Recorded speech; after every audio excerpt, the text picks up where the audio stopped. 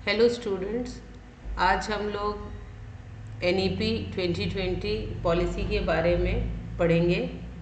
जैसा कि आप सब जानते हैं कि NEP 2020 बहुत ही इम्पोर्टेंट पॉलिसी है और चूँकि ये पॉलिसी में कई पार्ट्स बताए गए हैं तो आज हम इसके विजन और फंडामेंटल प्रिंसिपल को देखेंगे। तो शुरू करते हैं वीडियो।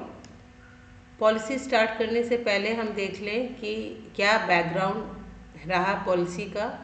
तो ये जो पॉलिसी है 2020 की, it is the third education policy after 68 and 86। हम सभी जानते हैं कि जो पहली राष्ट्रीय शिक्षा नीति थी वो 1968 में आई थी, दूसरी 86 में आई थी और पूरे 34 साल बाद 34 इयर्स के बाद NEP 2020 पॉलिसी हम सबके सामने है।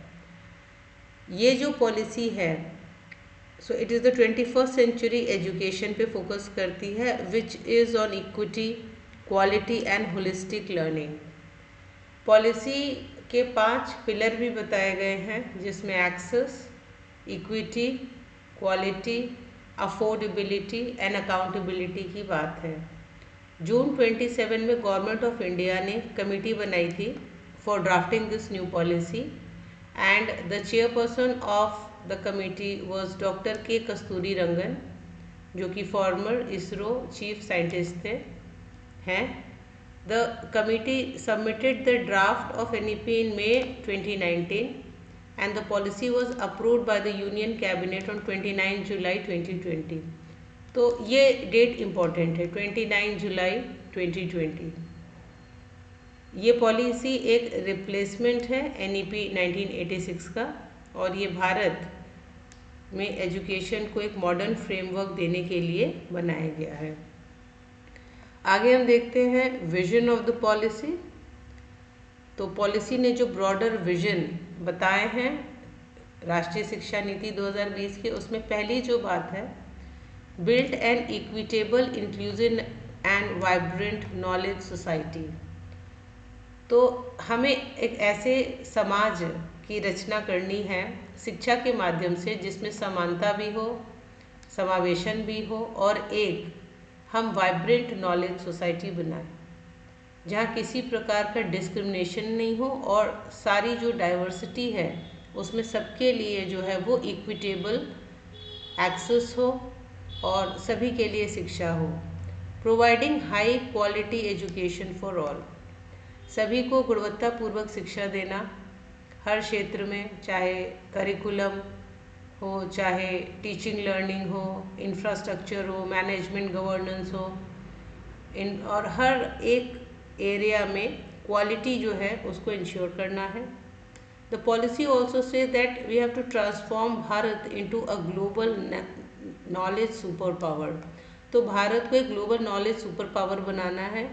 भारत में जो ज्ञान है और जो इतना रिच जो नॉलेज का हब है उसे हमें ग्लोबल वर्ल्ड तक उसे जो है पहुंचाना है ताकि सभी इस चीज़ को अच्छे से जो है समझें कि हम यह एक कितना डाइवर्स और कितना नॉलेजबल जो है हब है हमारी जो कंट्री है नॉलेज की। Education should be deeply rooted in Indian ईथॉस and culture. जो हम शिक्षा दे रहे हैं वो डीपली रूटेड होना चाहिए भारतीय इथॉस में, एथिक्स में, कल्चर में, वैल्यूज़ में, प्रिंसिपल में, ताकि जो यहाँ के लर्नर हैं वो एक deep sense of pride feel कर सके अपनी कंट्री के लिए, that they belong to a country which is very rich in the culture and the ethos. Then is promoting constitutional value and fundamental duties. Education के द्वारा लोकतांत्रिक मूल्यों का और जो मौलिक कर्तव्य हैं जो बताए गए हैं संविधान में उन सबको प्रमोट करना। Then develop a true global citizens with pride in being Indian. तो ये बहुत इम्पॉर्टेंट है जो पॉलिसी का ब्रॉडर विजन है कि हमें सिर्फ डॉक्टर, इंजीनियर, लॉयर नहीं बनाने हैं, हमें एक गुड ह्यूमन बीइंग बनाना है। शिक्षा से माध्यम से हमें ट्रू ग्लोबल सिटीजन बनाना है जिनके अंदर एक सेंस ऑफ प्राइड हो ऑफ बीइंग एन इंडियन। तो आज से पहले की पॉलिसी में ये बातें हमें नहीं दिखती हैं। पॉलिसी में ओवरऑल जो है वो हमें प्रिंसिपल दिखते हैं। 22 फंडामेंटल प्रिंसिपल जो हैं वो बताए गए हैं, जिसको हम एक एक करके यहाँ पे समझेंगे और देखेंगे। पहला प्रिंसिपल जो है that is recognising and fostering unique capability of every learner.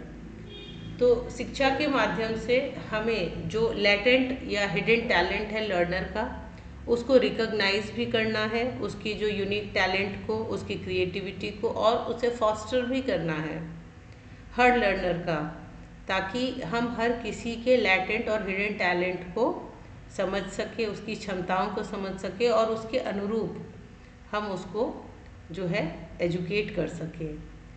दूसरा प्रिंसिपल है foundational and literacy and numeracy by grade 3। सभी को क्लास 3 तक फाउंडेशन लिटरेसी एंड न्यूमरेसी का ज्ञान हो जाना चाहिए। ये भी पॉलिसी की एक यूनिक रिकमेंडेशन है और काफ़ी इस पर फोकस है। इसे FLN भी कहा जाता है, यानी ग्रेड 3 के हर बच्चे को जो बेसिक रीडिंग, राइटिंग और अर्थमेटिक है वो क्लास 3 तक सभी बच्चों को आ जानी चाहिए। Third principle is flexibility in learning path and program. जो अधिगम का पाथ होगा लर्नर का, उसमें काफ़ी ज़्यादा फ्लेक्सिबिलिटी देने की बात की गई है, यानी बच्चा अपने हिसाब से पढ़ सकता है, अपनी पेस से, अपनी स्पीड से, और जिस तरह का भी करिकुलम वो चूज़ करना चाहता है उतना डाइवर्स करिकुलम प्रोवाइड किया जाएगा जिसमें उसे चूज़ करने की फ्लेक्सिबिलिटी रहेगी। Third is no hard separation. ये भी एक बहुत ही इम्पॉर्टेंट रिकमेंडेशन है। ये प्रिंसिपल कहता है कि आर्ट, साइंस, करिकुलर, को करिकुलर, वोकेशनल, एकेडमिक, जो हमें इससे पहले की पॉलिसीज़ में दिखता है कि काफ़ी स्ट्रिक्ट सेपरेशन दिखता है बिटवीन द स्ट्रीम्स, तो ये पॉलिसी उसको डाइल्यूट करने की बात करती है। और कहीं भी आपको ये नहीं दिखेगा कि आर्ट साइंस का बैरियर है, या करिकुलर को करिकुलर से डिफरेंट है, या वोकेशनल एकेडमिक का पार्ट नहीं है। तो ये जो सेपरेशन है, अब इसे ख़त्म करने की बात पॉलिसी ने कही है। Fifth principle is multi disciplinary and holistic education. ये भी बहुत इम्पॉर्टेंट और बहुत ही जो है जिसके बारे में बात हो रही है कि शिक्षा जो है वो मल्टी डिसिप्लिनरी हो, यानी कि हर तरह के डिसिप्लिन जो है वो एक ही इंस्टीट्यूशन में पढ़ाए जाएं, और होलिस्टिक हो इन नेचर, यानी कि डिसिप्लिन्स जो हैं बहुत सारे एक अम्ब्रेला टर्म की तरह, एक अम्ब्रेला के अंदर जैसे सारे डिसिप्लिन रहें, वैसे ही जो है एक होलिस्टिक एजुकेशन या इंटीग्रेटेड एजुकेशन का कॉन्सेप्ट दिया गया है। Sixth is conceptual understanding over rote learning, यानी आज से पहले एजुकेशन में रोट लर्निंग पे बहुत ज़्यादा फोकस होता था, असेसमेंट भी रोट लर्निंग पर ही ज़्यादा होता था, लेकिन अब जो है वो स्टूडेंट अंडरस्टैंडिंग लेवल या कॉन्सेप्चुअल अंडरस्टैंडिंग पर पढ़ेगा, और असेसमेंट भी वैसा ही होगा जहाँ हम उसकी कॉन्सेप्चुअल अंडरस्टैंडिंग को मेजर कर सकते हैं। तो रोट लर्निंग से बाहर आने की बात भी इसमें दिखती है। Then is next principle is principle of creativity, critical thinking and innovation, यानी स्टूडेंट्स में क्रिएटिविटी का डेवलपमेंट, उनके अंदर क्रिटिकल थिंकिंग करने की कैपेसिटी और इनोवेटिव आइडियाज़ को सपोर्ट करना है, और उसको हमें ज़्यादा से ज़्यादा जो है शिक्षा के माध्यम से जो है वो डेवलप करना है।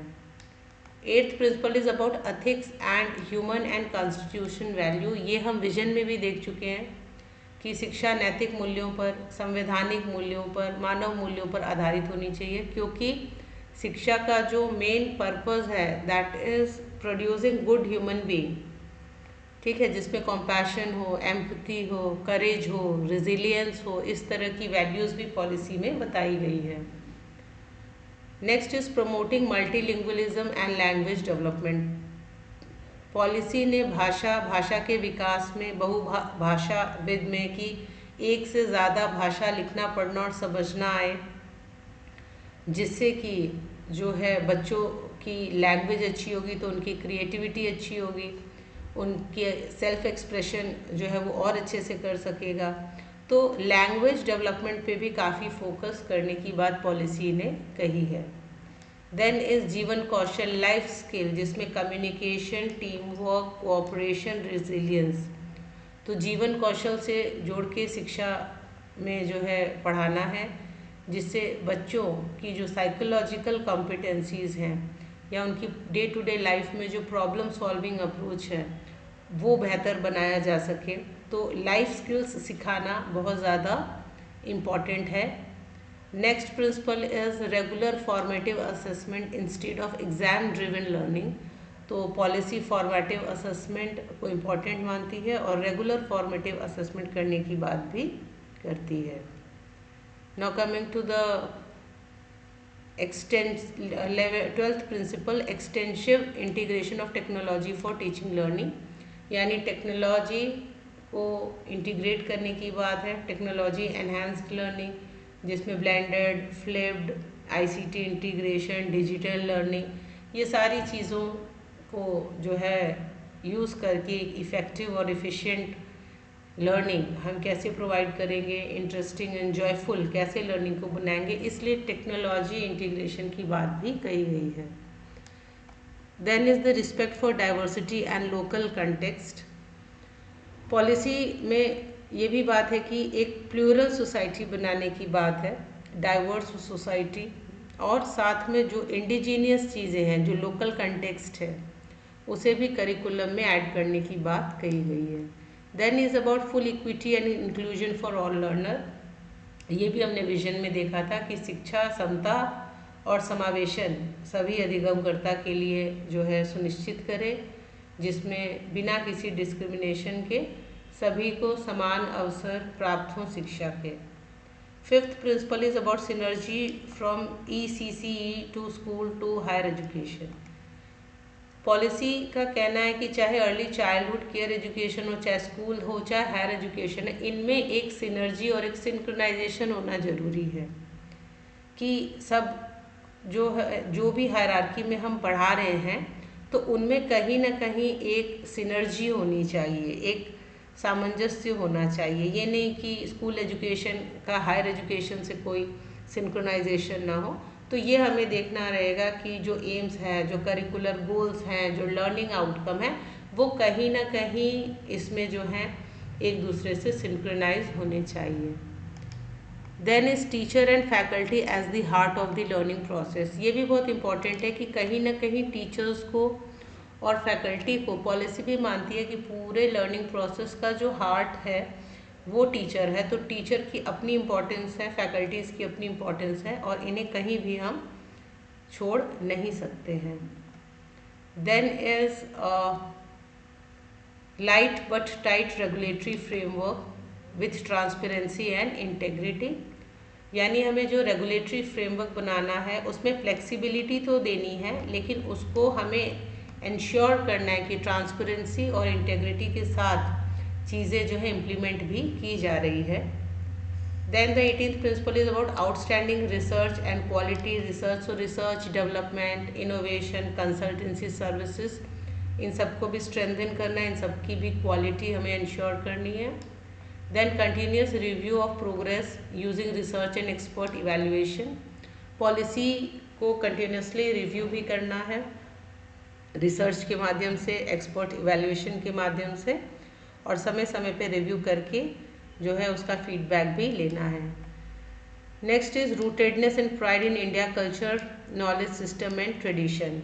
तो पॉलिसी कहीं ना कहीं इंडियन नॉलेज सिस्टम, भारतीय ज्ञान परंपरा पे काफ़ी फोकस दे रही है और बार बार वो रूटेडनेस की बात कर रही है, इंडियन कल्चर इथॉस की बात कर रही है, दैट स्टूडेंट्स के अंदर ये वैल्यूज़ इनकलकेट होनी चाहिए एजुकेशन से। Then education as public service and a basic right of every child. शिक्षा हर बच्चे का अधिकार भी है और शिक्षा एक समाज की सेवा, एक पब्लिक सर्विस भी है, ये हमें याद रखना होगा। And the last principle is solid public education system with philanthropic support, कि हमें एक स्ट्रॉन्ग पब्लिक एजुकेशन सिस्टम बनाना है, साथ में फिलेंथ्रोपिक सपोर्ट भी उसमें हमें सुनिश्चित करना है। तो आप देख सकते हैं कि ये जो 22 प्रिंसिपल हैं, they are the fundamental principle which is given in the policy and you can read it. Coming to the conclusion, so NEP 2020 aims at building a holistic, flexible, multidisciplinary education system. साथ में it also promote Indian values and global citizenship की बात भी करता है. साथ में ये फोकस करता है इक्विटी पे, एक्सीलेंस पे, इनोवेशन पे और एक लर्नर सेंट्रिक एजुकेशन में. तो ये जो था आपको हमने बताया कि NEP 2020 का विजन और उसका फंडामेंटल उसके प्रिंसिपल जो कि उसके इंट्रोडक्टरी पार्ट का हिस्सा है.